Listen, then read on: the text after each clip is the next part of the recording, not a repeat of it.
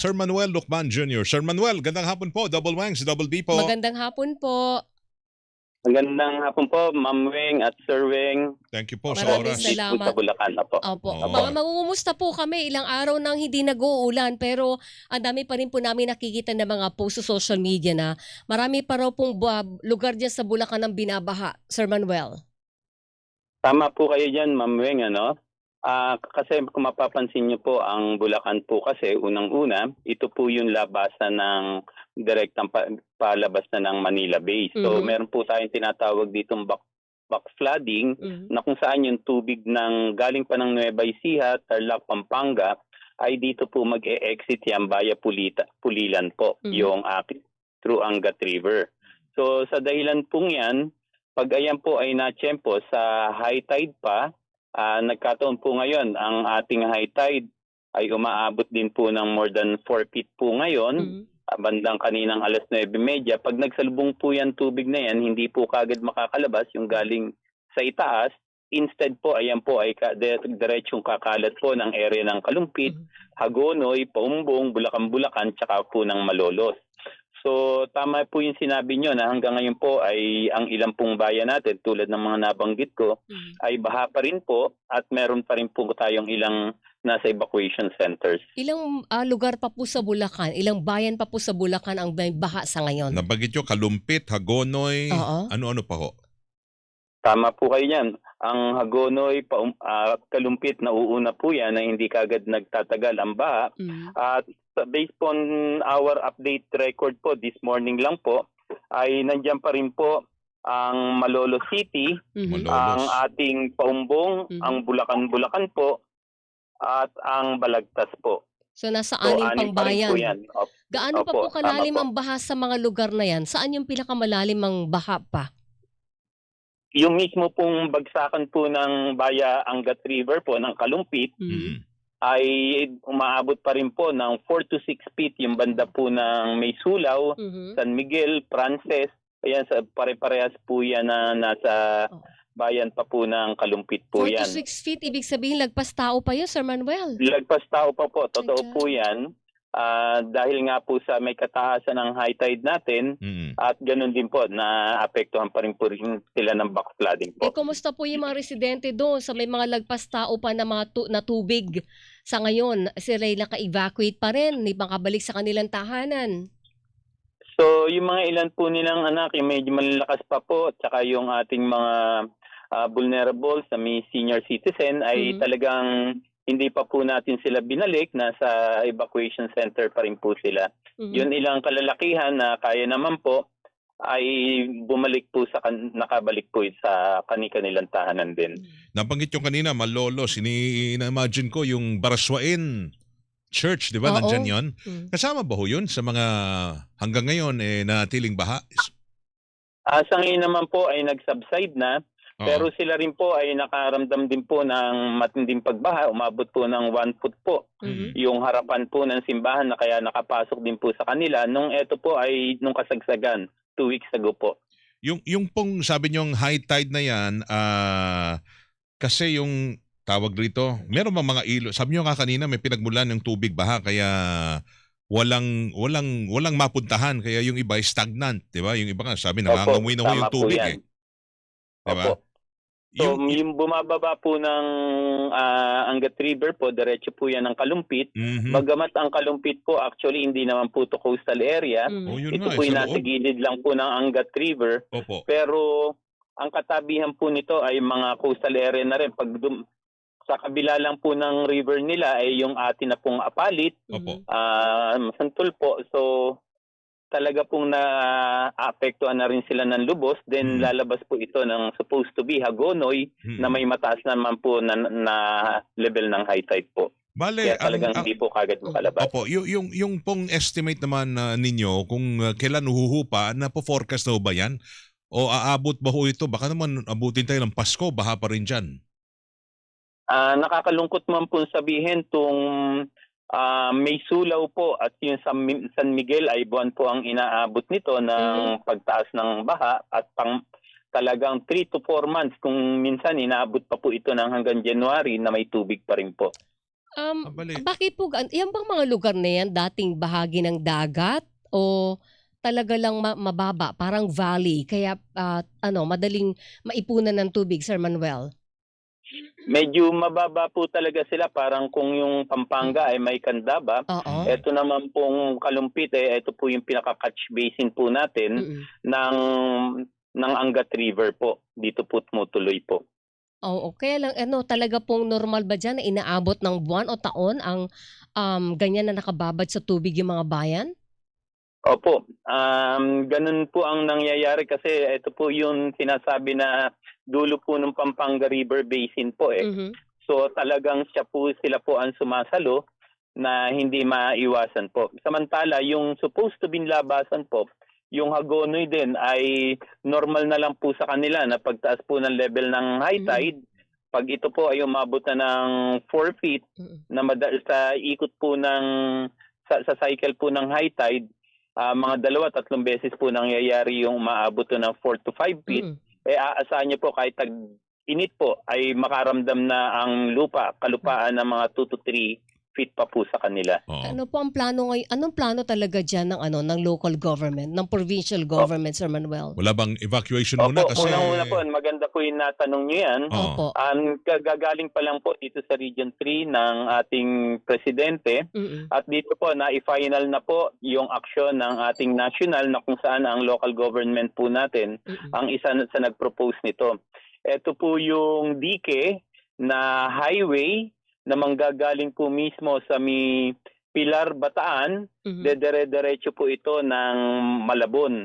Oh. Ito po ang pinakahaharang sa level ng high tide para kapag mataas yung level ng high tide ay hindi na po muna siya makakapasok sa pamagitan po ng dike na to na about 65 kilometers po ito So malaking bagay po ito dahil sabi ko nga kaya hindi nakakalabas po yung galing sa Pampanga River Basin at yung galing sa Angat River na nagsasalubong sa Kalumpit dahil naharangan pa ng level ng high tide. Kung magawa po itong rekomendasyon po ng ating mga governors kasama na ng Bulacan, Pampanga at Bataan ay mapipigilan po natin yung taas ng level ng high tide. Saan ilalagay ho yung dike? From Pilar, Bataan, dire-diretso po yan hanggang Malabon. Ang haba nun, So, Sir Manuel. Kuwan pa yan. Opo, about 65 kilometers po yan doon sa feasibility study na ginagawa po ngayon. Ico-construct pa lang yan. Opo. Kailan po magsisimula daw yung construction at magkano ang budget? Sa report po ng DepDep ay malaki po ang possibility na masimulan po ito ng 2028. Yung sa budget po, hindi lang po ako masyadong aware pa po.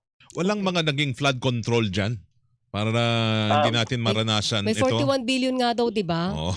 Saan yung Opo, mga... isa na rin po sa na-report ng pagbisita po rito ng presidente ay yung mismong sa Hagonoy. Supposedly po kasi sa paligid mismo ng Hagonoy, kasi ito po talaga yung sa mababala, hindi lang nasa coastal area, kundi talagang nasa latian na po yung halos buong Hagonoy na higit na naaapektuhan. Doon po sa nai-report ng ating presidente through the DPWH sa project na about 10,000 linear meter po, nasa 80% lang po yung natapos. Yung 80% pa po ang hindi natapos. So may mga pailan-ilan lang po na nagawa na magkakalayo kaya walang naging epekto rin po yung flood control na maaaring nabanggit po. Oo. Ngayon, iniisip natin yung kalagayan ng mga kababayan natin dyan. Gaano karami ang ngayon ay makaapektado pati trabaho. Totoo yan. Buhay, Yung mga negosyo. Negosyo nila, di ba? Kung may taniman man dyan, di ba? Saka yung mga nagkakasakit na dahil hindi pwede araw-araw nakababad ka sa Totoo tubig. yun, oo. So doon naman po sa mga nag-hello po. Yes po, go ahead yes, sir. po. Oo. Yun naman po sa report naman po ng ating PHO kasi maganda rin naman po ay maaga po na namigay po ng doxycycline ang ating PHO pati po down to the district and hospital po natin, down po dun sa ating mga barangay health units po natin. Sa ngayon po naman po ay wala pa po tayong report ng leptospirosis po. Wala pa, okay. Oo. Yung Paano pong yung mga schools? Paano yung Oo, pag-aaral pasok. po ng mga bata? Opo. Yung sa pag-aaral po ng bata ay talaga pong naging online po ang naging pamamaraan po muna. Alternative mode muna in coordination po sa DepEd. Pero online, kailangan yung kuryente dyan, wifi. Oo. Paano may mga lugar ba walang kuryente for safety reasons, ganun? Hindi naman po natin hindi po pinaalisan po ng kuryente ng mga barangay, talaga na lang po pinag-ingat po Oo. para sa pagbukas po ng electric power po natin. Okay. Parang may nabalitaan ako, meron bang nauulat na nakuryente na ho dyan? Nakakalungkot man po sabihin ay meron na rin po tayo, lalo na po sa area ng Wala natin. Agunoy po, na meron po talagang nakuryente po na dalawang senior na rin po.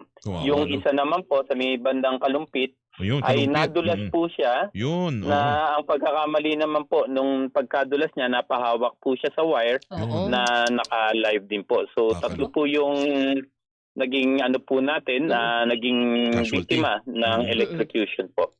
Kalungkot, ano? Nakakalungkot yun. Oo.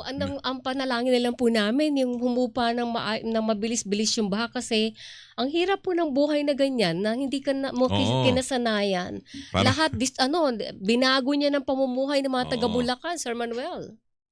Ayan din po talaga ang higit na panalangin namin.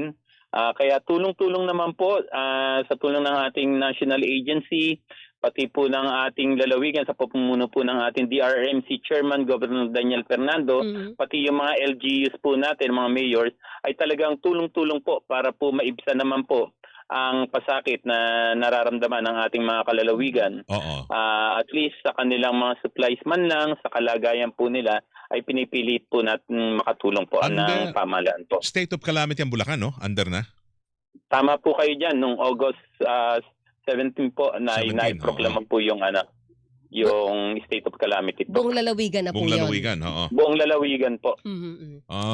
Yung mga gasolinahan, hindi kaya napasukan ng tubig na rin yung kwan nila? Bahay malamang. Paano yung pagkarga ho dyan pala ng gasolina, ng mga kababayan, ng mga motorista?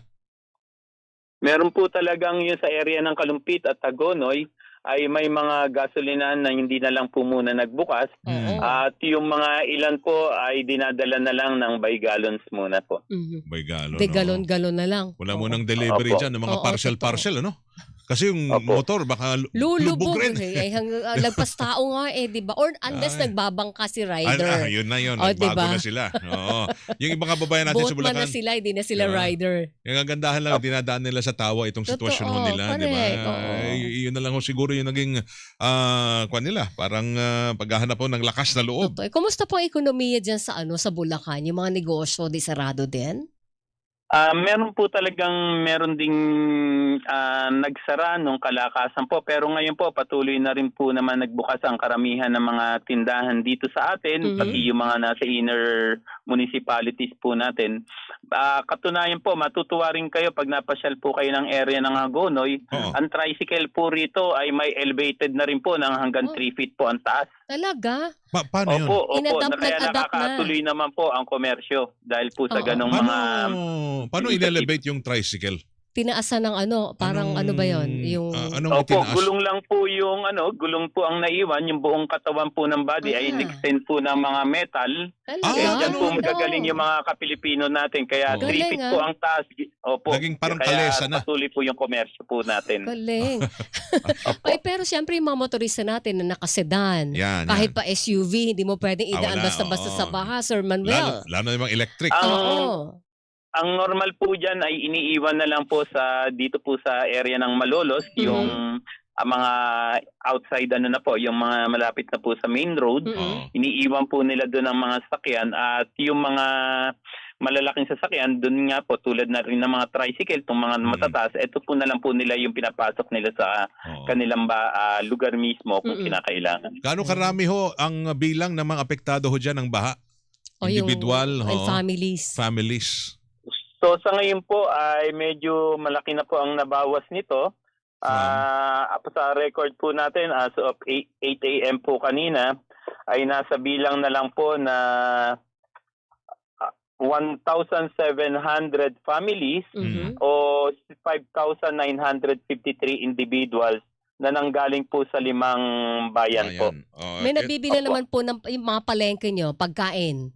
Tuloy naman po sa ngayon po, sa parte po ng Kalumpit tsaka Malolos po, sagana pa po sila sa mga seafood natin, sa mga isda po, sa mga alimango, meron pa rin naman pong mga nabibili hipon. Yung Kaya iba lang nasa may bahay na kamahalan nga po yung ilang karne. Pero hindi po, hindi nyo kailangan ng family food packs from DSWD dyan.